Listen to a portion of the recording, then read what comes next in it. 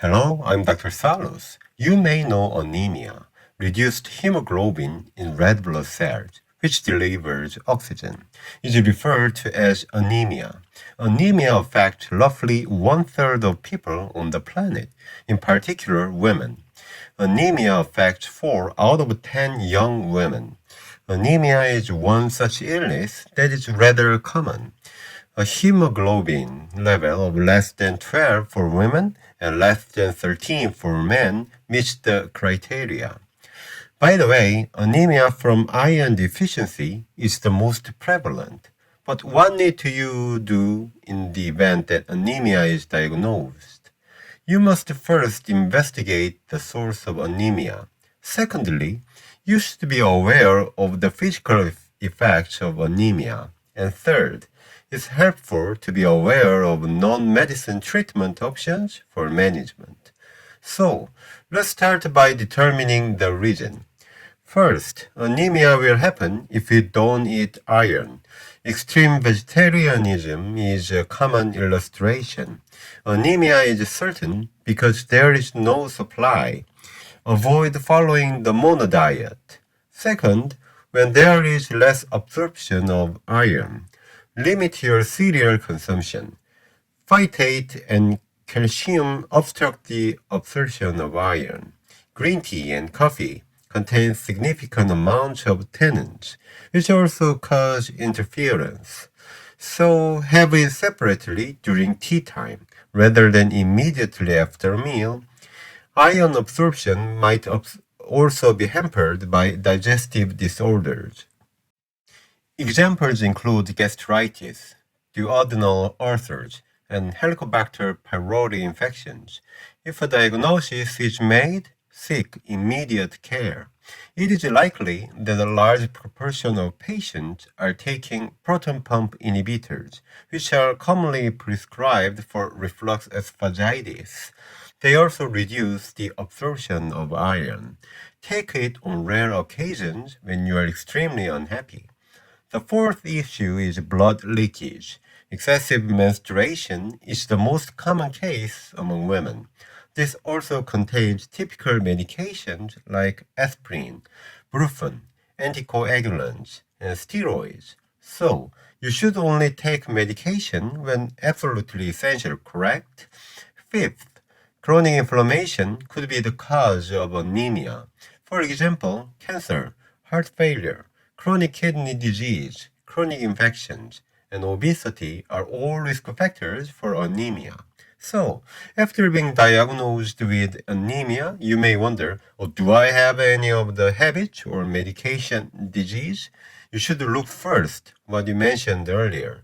For your information, it would be helpful to know what signs indicate that you should visit the hospital if you suspect anemia, dizziness, headache, tongue pain, pale or easily bruised skin, restless leg syndrome, and an elevated heart rate are among indications. If your child has an attention deficit or low motor or learning capacity, they may be anemic. Elderly persons are also susceptible to anemia. Did someone who was doing well show signs of despair or loss of understanding? Take him to a hospital.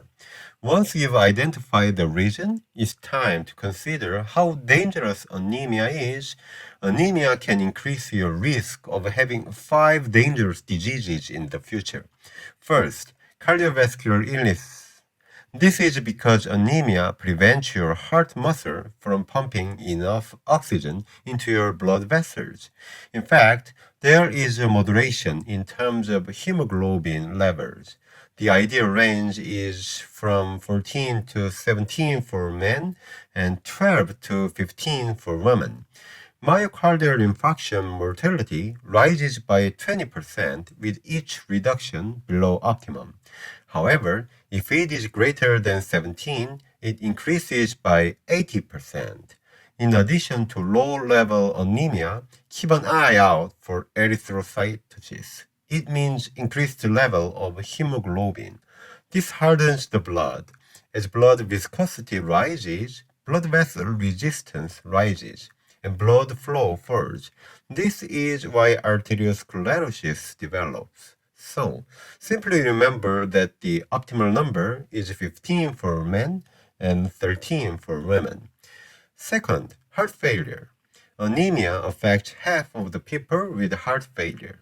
Iron is necessary for mitochondrial activity. By the way, there are many mitochondria in heart tissue. Isn't it evident what the effects of iron shortage would be? Third is dementia. Anemia raises the likelihood of cognitive impairment by more than 50%. In particular, in the case of Alzheimer's disease, the risk doubles. Let's look at a survey of 40,000 Koreans. In mild cases of anemia, 11 or higher, the rise is just 20%. However, between 8 and 10.9, there is a 50% increase, and anything less than 8 is dangerous. The chance of dementia rises sixfold. Why does anemia raise the risk of dementia? If you have anemia, oxygen does not reach your brain adequately, correct? As a result, cognitive ability diminishes. Additionally, anemia is linked to inflammation and heart kidney problems. All three of these can result in dementia. I believe that one of the reasons for the higher prevalence of dementia in women is because anemia is more common in women. Finally, if you are a woman, please pay heed. If a mother is anemic, her offspring are more likely to get cancer.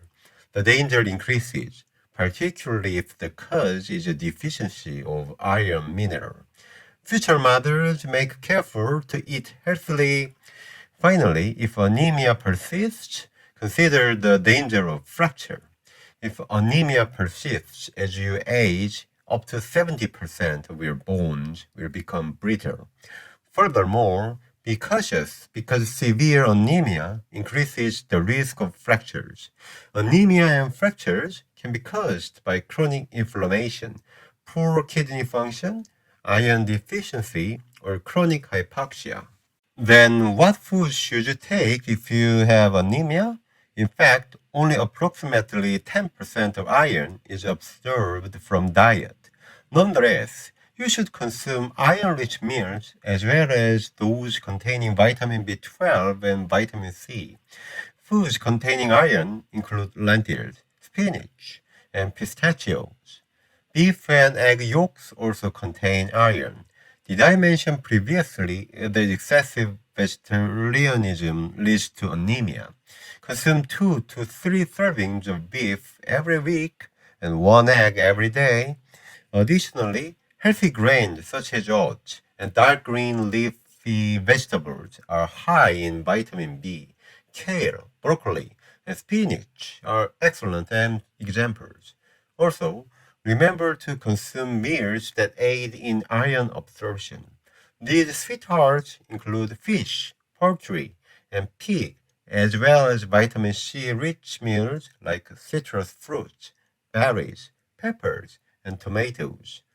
For your information, alcohol inhibits the absorption of folic acid and vitamin B12, which are required for hemoglobin production. Stay away from alcohol.